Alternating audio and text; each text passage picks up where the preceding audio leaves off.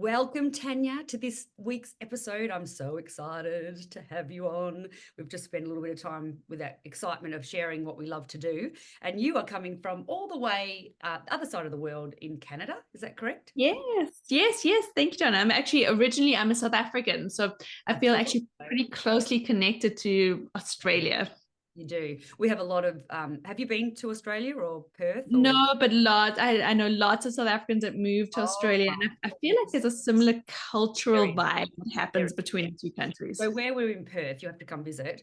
We're on the other side of Australia, but we have a lot of South African, I was going to say immigrants, but you're not really. Expats. Expats. But I've been to Africa, and I've been to South Africa, and I've traveled a lot, and it's very much about the braais and the barbecues and the meat. Totally. There's, yes. There's something similar there that as much as I love my life in Canada, they don't quite get it the same way Australia and South Africa gets it. We do. We are very similar. So yes, that's exciting. I thought I heard that little accent in there. So I'm so thrilled because we were just talking before, and people that follow me know that I've just finished my certification in conscious parenting with the incredible Dr. Shafali.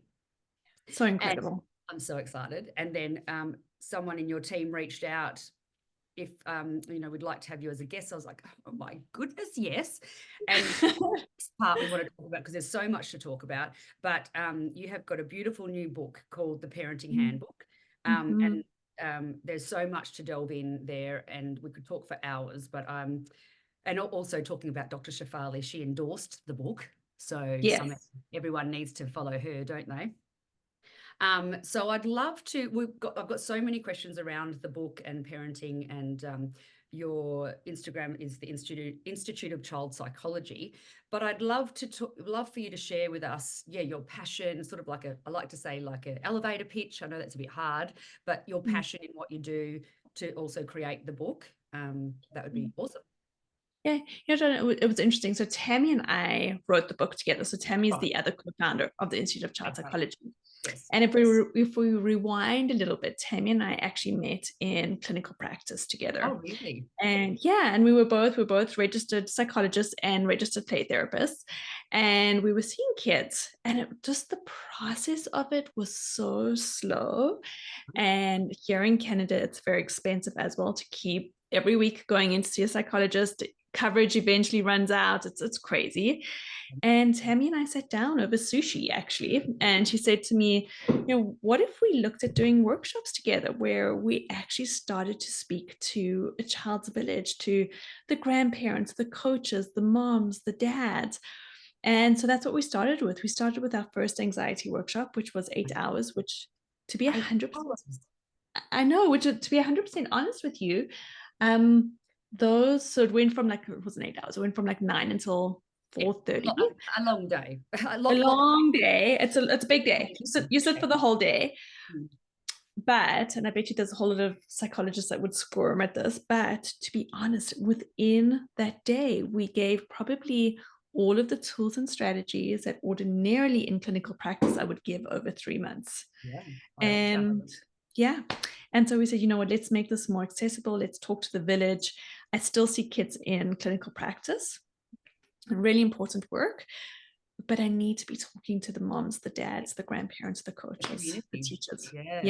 And we were talking about before, because like I said, we could talk for hours, is bringing back the basics, slowing down. These are these tools that with this fast-paced world and, very fast, everything's fast.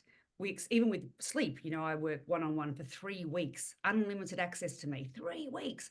And so I've got to keep saying, look where you were 4 days ago, because it's not parents' fault. I mean, we're all the same. We expect instant, and it's just, we've got to remember, like walking, like crawling, learning to sleep, it takes time. So, that was what you were saying, is like something you're really passionate at the moment is trying to express to parents and caregivers, taking a little bit longer and slowing down. Absolutely. And as I was telling you, I'm a mom of 2 little girls, and I know that sometimes life gets crazy, and the one needs to be at ninja and the other one needs to be at a writing class, and goodness knows what's going on. And then there's behaviors. And then I'm like, what's wrong with her? You need to get upstairs. You need to brush your teeth. And then everybody lands in bed and everybody's mad. And then we start the day again. Yes. The chaos. Yeah. The chaos. And I think that happens for all families. But for me, it really is about going, hold on, let's just rewind what's happened today and go, what's happening underneath those behaviors, so we don't label our kids as like, she's just defiant, she's just stubborn, she needs some harsher punishments. And instead just going like, what's actually going on here for this child? And I think so often we desperately want to see our child, but we stop seeing our child. Absolutely.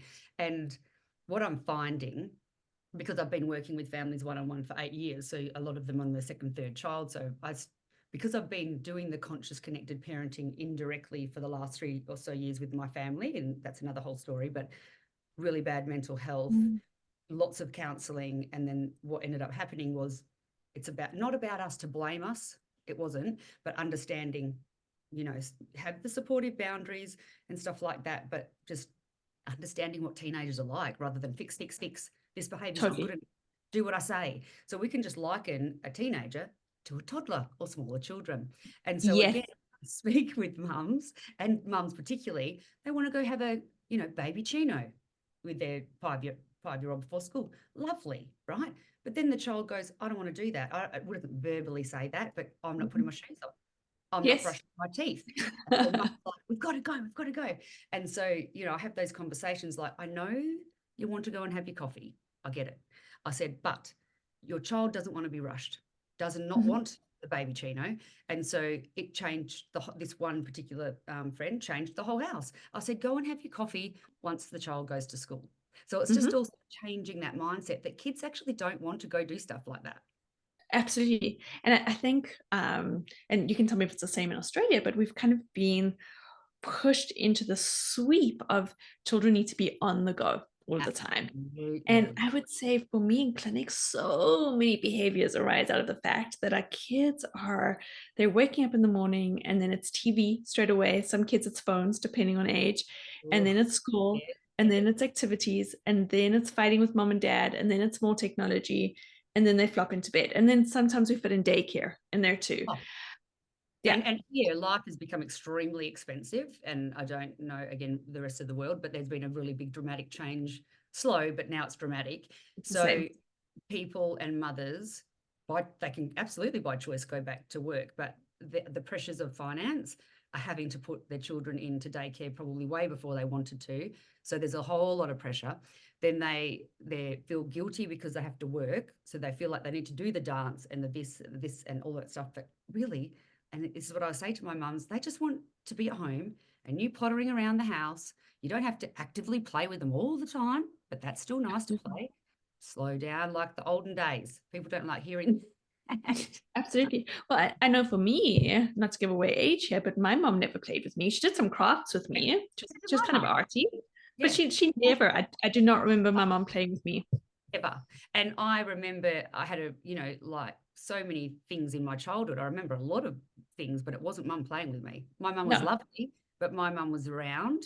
And and so we feel like we need to fill everything now. We find it very hard to stop. I mean, I've had to get coaching to be able to slow down, but and mums feel like they've got to fit everything in. But if we just go back, honestly, the kiddos don't want to be rushed. Give them a choice. Hey, do you want to go for a baby chino this morning? No.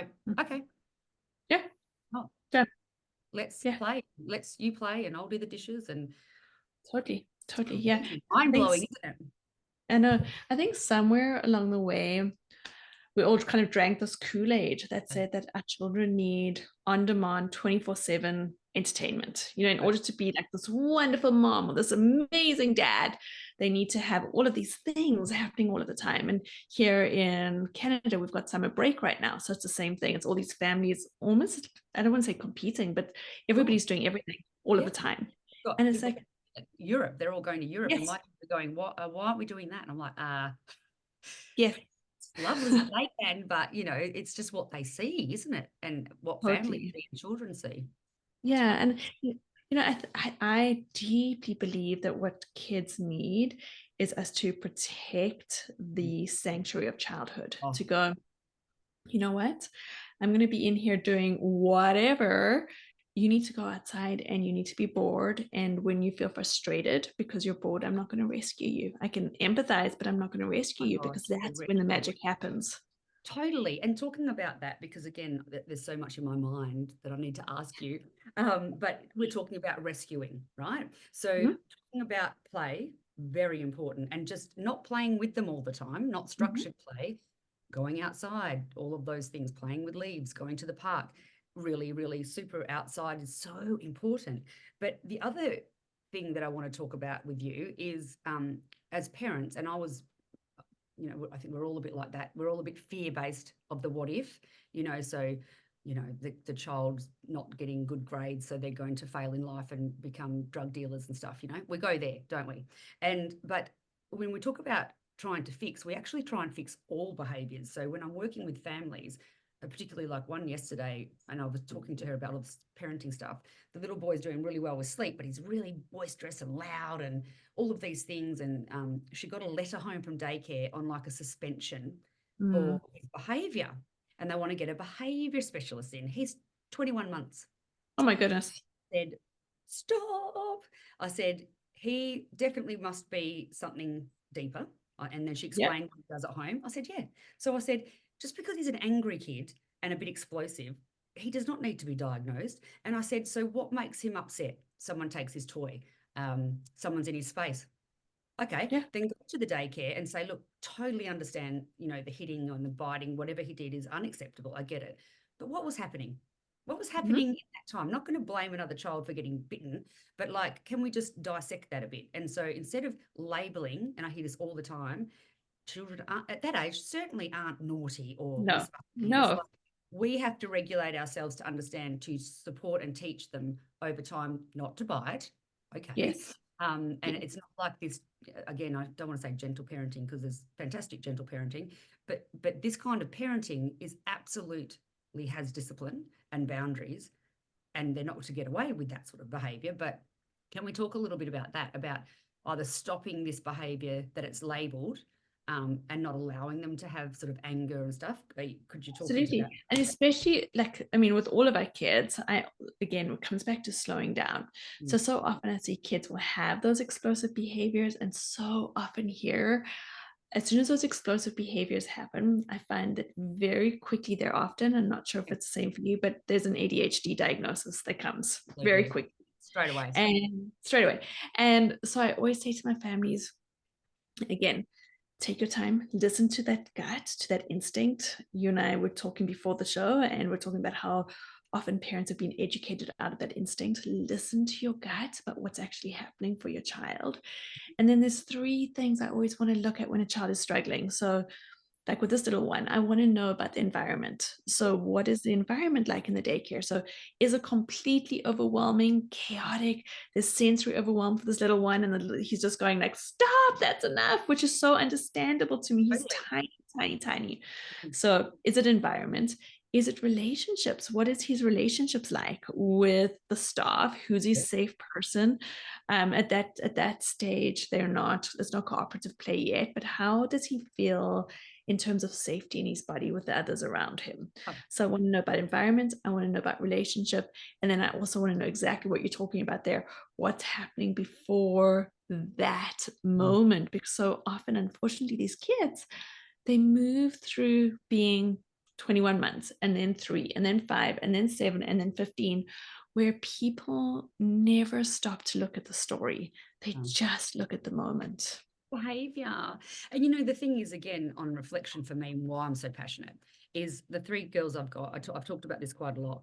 Our first is just born an easygoing, cruisy kid that would do what we said, right? We're like, we're killing this. Let's have 3 children. So, but that was her personality. Like, she's just like that, right? Again, on reflection, an easygoing kid. Then our amazing, awesome second Bubs came, and she's a beautiful, happy, gorgeous kid, but she had explosive behavior. And so we would sometimes laugh at it. Terrible. Don't laugh at your child. Like all of these things, I look back and I go, oh my gosh, you poor darling. But as she got a bit older, I felt fear of trying to have to fix that behavior. But if now I know better and changed our whole parenting and understand her beautiful, strong personality, I would have done it completely different. And this is what I'm educating my parent about, is like, okay, these are the things you've got to do. You know, you've got to, over time, it might take 2-3 years, that if that happens, then you obviously sort out the situation, but take him away, you be with him, let him have a hissy fit. Then when he's calm and as he gets older, that's when you keep it really simple and you just say, we don't bite people, sweetheart, you know, and then you talk about it. Simple as that. So then as they get older, they get to, by 7 or 8, he'll still have those feelings, but the parent and caregivers being able to help regulate takes time. They can regulate. And again, I'm saying that because I've got a 17-year-old who we didn't do that the way that we thought we should, if that makes sense. So now we as a teenager, so we still have the explosive behavior, but I'm not frightened of it, or I'm not like, you need to not do that. It's like, don't speak to me like that, you know, like that sort of regulation. And I see it changing weekly. Absolutely. You know, she's 17, absolutely. So it's like, this needs to be talked about from little ones to big ones. And something you're saying there too, Donna, is just those really consistent limits where it's like, we don't bite, or please don't talk to me that way. Is that I think sometimes parents become exhausted and we forget, or we don't enforce it, or we stop and then we start, and then these kids are left kind of going like, I don't know what to do, with these developing brains where they're like, okay, so now mom's not doing it or dad's not doing it for me, now I've got to figure this out by myself. Yeah. And I look back on my reflection, and I've shared this a bit, and again, I have to be careful because it's my daughter's journeys too, but I was burnt out. I felt like at one stage when it was really chaotic, really traumatic, that I seriously nearly had a nervous breakdown, meaning my cortisol had been so high for so long. I'm a very caring, nurturing person, but I couldn't fix it. And my body just went into a shock, right? Now, this was years and years. I'm not saying that happened straight away. But the thing is, me being able to regulate myself, be kind to myself, get the help I need to regulate myself, has completely changed our family. And that wasn't because I'm an angry person. I was a really lost, didn't know what to do. Nothing was working. I felt like a failure. And so I understand these parents of young children, and I go to their houses and the child's literally climbing the pantry, chucking things out. And I'm like, okay, well, this is what we need to do. And they're like, what? But they're literally exhausted and don't know where to go.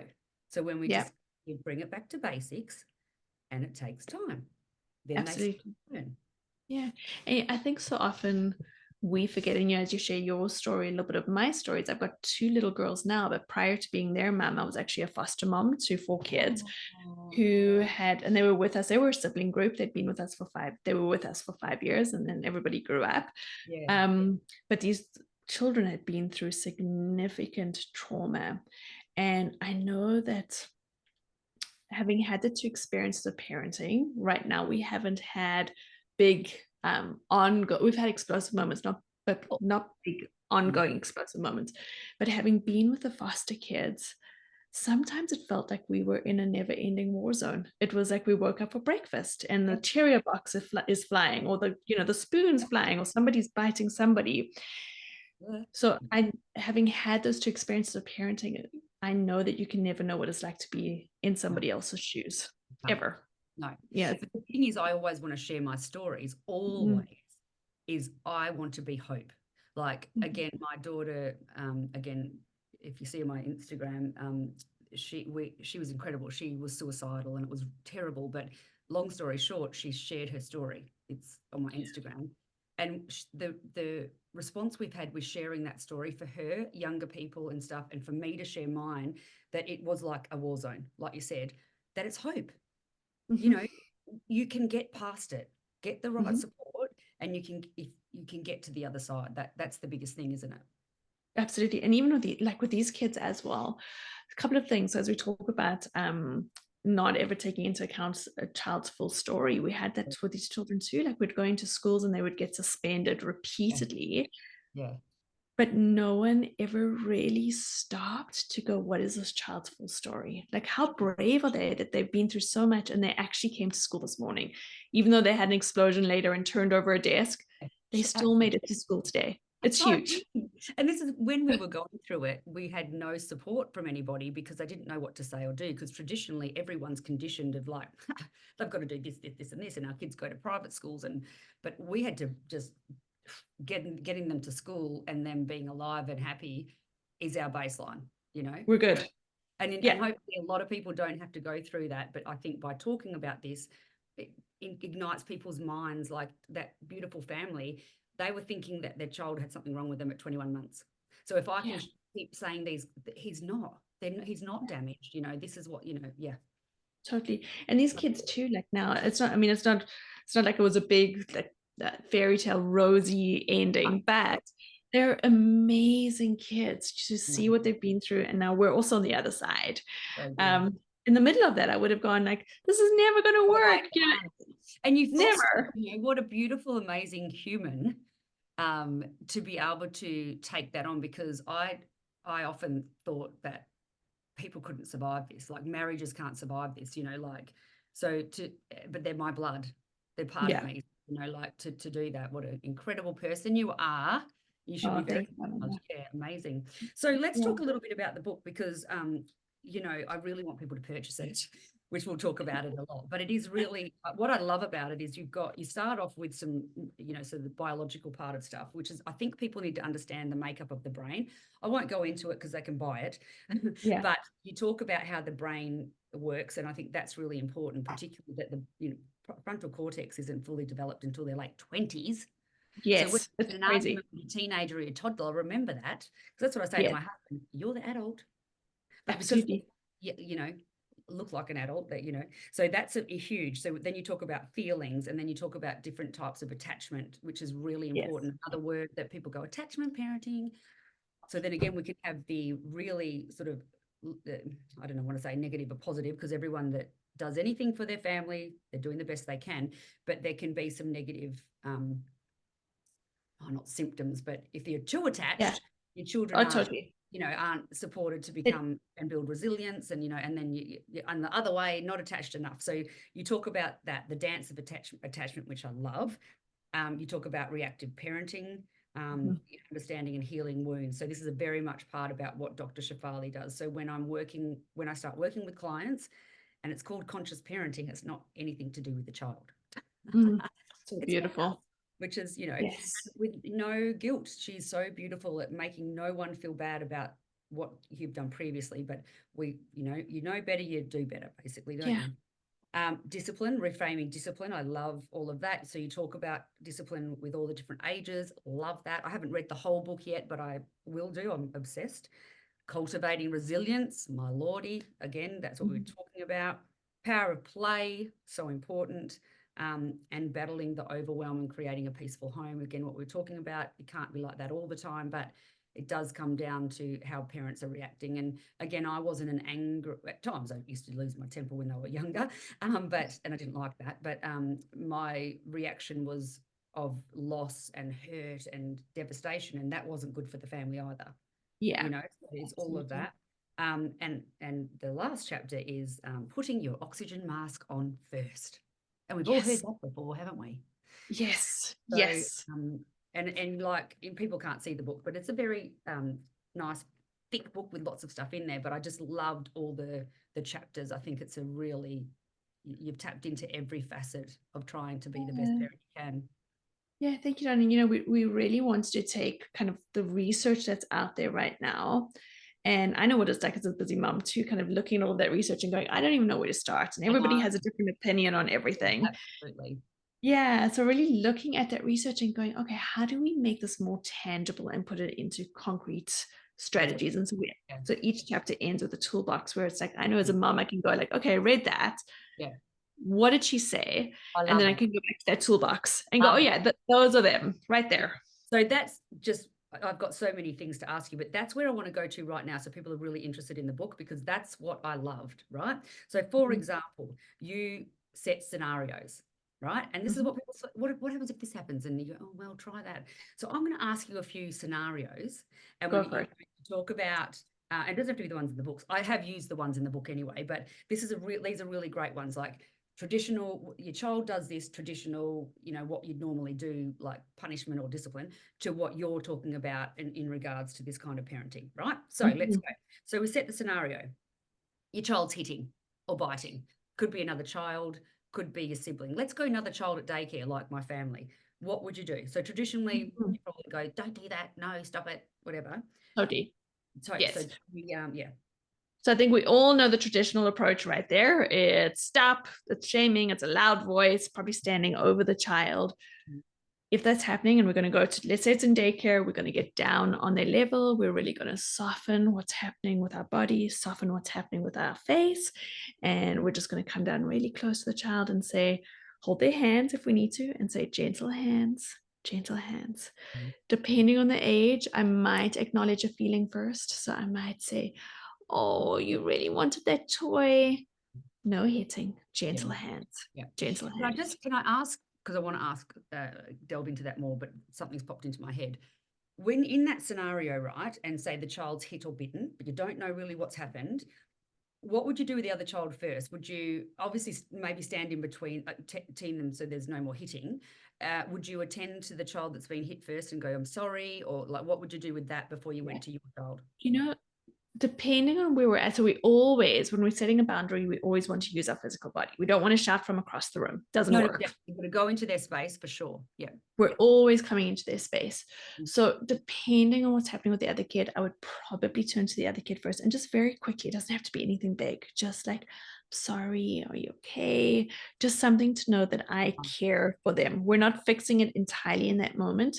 And then I'm turning to the other kid because I don't want the other kid to now turn to another kid. Sure. So I want to stop that behavior really quickly. Yes. So it's quick nurturance and care over here, really quick. And then we go back to the other child. That's what I tell my parents too. Wonderful. So get into their space, hold hands if needed. So what happens if they're flaying, really angry and don't want you to touch them? What do you do then? Yeah. So if, let's say it's a little one and they're like, no, and they're throwing toys, whatever it might be, depending on the relationship. So if I'm mom, I'm probably going to come in and I'm probably going to hold their body. And I'm going to say, I'm going to help keep your body safe until your body is ready to keep safe by itself. Or mom's here to keep your body safe. So I'm probably going to come in and hold them. Okay. Let's say that the relationship is different with the child. What I might do at that point, if they really are, if there's big feelings, and let's say there's some regulations against me actually being able to hold them, I would probably just clear the other kids out, clear the toys out as much as possible.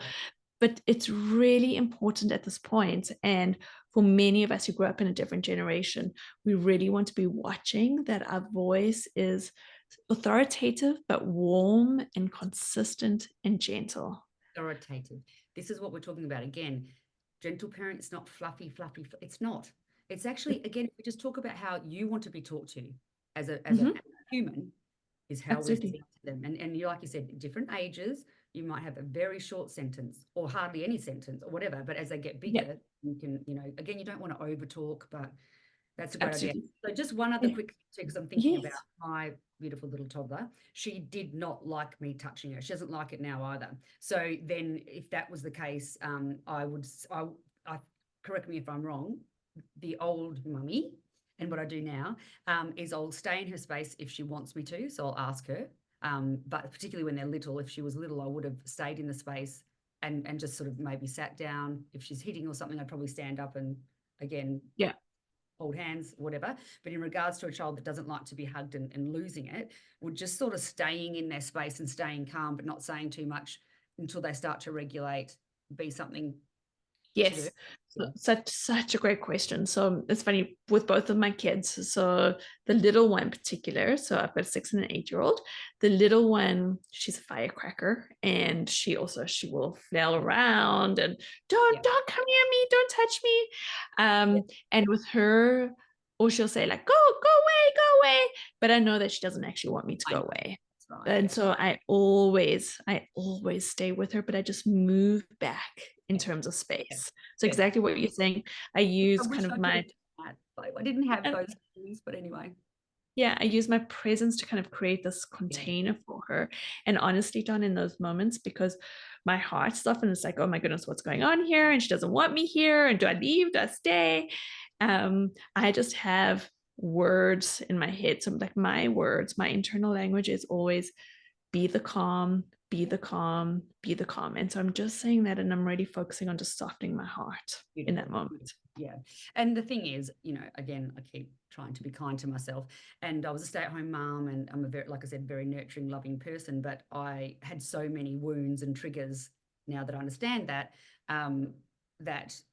that's what I use now. So even just 3 years ago, when I said that my nervous system was a wreck, I didn't have those tools. And so now there's still chaos sometimes, but I simply use those tools. And things like grounding, like if it's really hot in the house, I'll go out in bare feet on the grass. Go sit under a tree and breathe. Like, people don't understand the simple stuff. Like, it's very normal, like you said, for your heart to race and not be regulated, but by using simple tools like, stay calm, it's okay, this is just, they work. Whereas before I was like, I'm failing, this is really bad, she's going to be a drug dealer when she gets, like, it's just this, all those things, failing, where now it's kind of the same, but I do what you're doing now, and it's life-changing. So it absolutely is. And I think, Donna, when we think about it, and I've been there too with so it's different with my little girls now, but with the foster kids I've been there too, where it's like when you reflect back, you realize that you helped to create more chaos. So it's like, the words come out, and then it's like, first you're taking away an iPad, then you're taking away the iPad for a month, then you're taking away their phone. The words keep coming. But it gets worse. But we've only just met, but I'm pretty sure you have a beautiful, kind heart, and so we're just trying to survive. But then it just makes it worse, doesn't it? So it's whatever comes out of your mouth and your reaction isn't from a mean, nasty space. It's just like, what's going on? I'm danger. Totally. And my golden rule actually with my kids, both of them, is I need to speak less. So in those moments when I can feel my heart starting to beat fast, it's as few words as possible, because nothing that's going to come out of my mouth right now is going to be productive. I know. And that was the biggest thing. I was just an over talker. I still all the time have to like, even yesterday something happened with one of the girls, I won't name them, and she wasn't very nice, and so she goes, oh, you're not talking to me now. And that's, and I was like, I said, oh, well, I just don't know what to say back, because the old me used to go, like, absolutely, that doesn't right. We're good.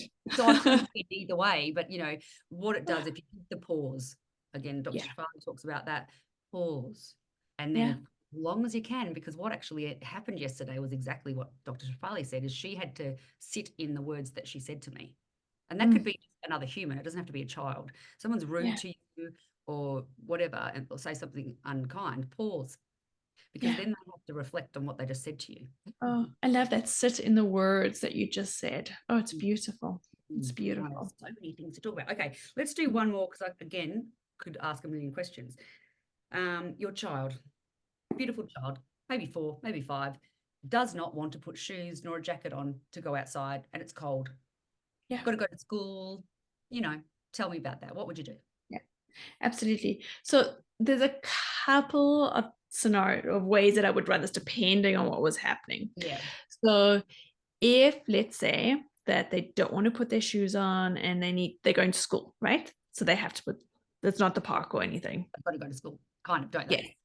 Yes. Okay. Cool. So, I mean, something they've got to get to. So for me, I'm kind of thinking, oh, we'll go to school late. And that my new brain is like, well, we'll get you there, but we might not be on time. I'd be thinking that, but the old me would have been that we got to get out yelling and screaming, come on, put your shoes on. Blah, blah, blah.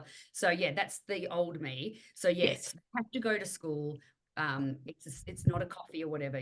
Tell me about that. Yes. Okay. So the first thing that I would want to do is ask myself, and again, this is a day when I'm operating at full capacity, because even as a psychologist, there are days where I'm not operating at full capacity with my kids in my parenting dream. But when I'm operating at the very best, I'm going to ask myself, what is actually happening for this child here? So what is underneath her or him not wanting to put those shoes on? What's going on here? So there's something going on there. Let's just say I have to get to a meeting, or I have a client, they have to get to school, we need to get going. I think that in that situation, I would probably acknowledge what's happening for them. So go, you're so tired and you didn't want to wake up this morning, and it's been such a long school year. Yeah. Mommy's going to help you put your shoes on, and I'm Okay. still going to put their shoes on for them. But And then you still got to do it. I'm still going to do it. I'm still going to do it. All right. And I'm probably going to bundle them into the car and put, if they're in booster seats still, I'm probably going to put them in that seat. And I'm all the way, I'm going to be saying to them, I get it. I get it. This is hard today. So I am still, yes, I'm still acknowledging those feelings. I'm still empathizing, but I'm also putting limits in with them. Yeah. Let's say though, that I don't have to get to a meeting and it's preschool, and I'm like, do we really have to be at preschool at 9 o'clock this morning? Yeah. If there is no urgency around it, I would probably slow the whole process down and go, you know what? Go back to the slow. Yeah. Yeah. Maybe she needs something from me right now. Maybe she just needs some warm milk and a cuddle and a story. And that's more important than her getting to school so that they can do calendar together. Yeah. And you know what keeps coming into my mind as you're speaking, because that's exactly what we need to try and do. And sometimes, like you said, we're not on our best parenting because we're stressed and it's a really important meeting, and I get that, that's life. But what I also fear, not fear, but where everything came from before for me was fear. And the parents I talked to was fear. It's like, well, if I give into their thinking and they speak to me, but not the child, if I give into that, what's going to happen tomorrow? Is it going to just like be an avalanche? But I'm like, well, actually, no, like not, because you're still having boundaries. There's still all that sort of stuff. They're still going to school just a little bit later. And so, it's trying to understand, to try and not be fearful of the worst case scenario, because the child's not putting the shoe on at that time. Yeah. And we've got worst case scenario. Absolutely. And Donna, to me, it all comes down to our ability to be present with what's happening for us. So if I can be present and go, you know what, we actually do have to get going today. Like that there's no option today. But then there's other times as a where I can listen to my instinct and go, hold on, this isn't being worried about what the teacher's going to say, or that this child is going to go to jail one day, or all of these stories that we feed ourselves, and going, actually, I've been late every day. I've done a million different things. She's had no time with me. This is her behavior saying, Mommy, I need you. And there's this beautiful quote, I can't remember who it's from, that says that often when you actually realize what the reason is underneath the behavior, it will actually break your heart. And it's so true. Absolutely. And that's why my heart still breaks now. And I'm terrible, because my husband's says to me I'm too soft, but I'm just a very nice person. I can't help it. But I can't help it. But what I keep thinking with my daughters is they're my babies. I know they're not, and I don't baby them. I'm not meaning that, but when it's getting hard, I picture her as my toddler, because that's what they are. They've just got a bigger voice, and it's heartbreaking. And the way that there's reactions is from pain and hurt. So even if it feels hurtful to you, you've got to try and not take it personally, because we're the parents and we're the adults. Absolutely. Other really interesting thing that sticks in my mind, and Dr. Shafali talks about too, children are the best at living in the now. So they don't think about tomorrow's school or whatever too much. They don't. They need what they need emotionally in this moment. And I find that with the bigger kids too, is like, I might get talked to really badly and I'm outside going, oh God, that's not very nice, and trying to assess that. And then she'll come out and go, oh, so blah, blah, blah. And I'm like, what, that would have taken me days to get over if someone spoke to me. And it's really understanding that they're not manipulative that way, that they have, it's all feelings based, Absolutely. So yeah. Oh my gosh, there's so much. Just one more thing, because I think we've been talking for a long time, and this is a very big topic of discussion: discipline, right? So again, people go, oh, gentle parenting hasn't got any discipline. Oh yeah, it has, but discipline is very different than punishment. So let's talk. Can you just quickly delve into what you mean by that in regards to being parents like this, but still having discipline? Absolutely. So really, like for me, growing up, and my parents were doing the best with the tools that they had, but when there was a problem at home, I was punished. And so it really was there to make me feel bad. So it was, you got to your room, you're going to have a quick dinner. I remember once I didn't have dinner, like it was, we're going to make you feel bad. Yeah. And what happened in those moments, and I think for everybody, if you reflect back now, if you're you know, and the way your parents parented you, for many people that I speak to, it really just kind of shut you down. So I learned, my parents were amazing, but I also learned, how do I shift and change so that it's acceptable, so that I can say, you know, I'm sorry, Dad, I'm sorry, Mom. But it closed me in instead of opening me up. Yeah. So that's what punishment is. Compliant people pleaser. Absolutely. Absolutely. Me too. Right here. I've worked very hard at not being as people pleasing. Yes. This is part of the growth process.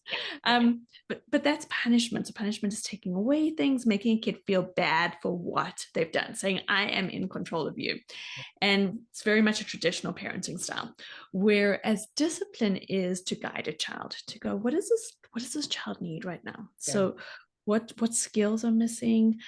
What's happened here for them, like we were saying with the shoes, what's going on for this child right now, what do they need, and then how do we move forward? And there absolutely still can be consequences, so you can go, okay, so what needs to be put in place? I always love it. It's not always possible, but when we can discuss consequences ahead of time. And that's the biggest tip for me with teenagers, and was given to me from a counsellor. Don't be throwing consequences in the moment.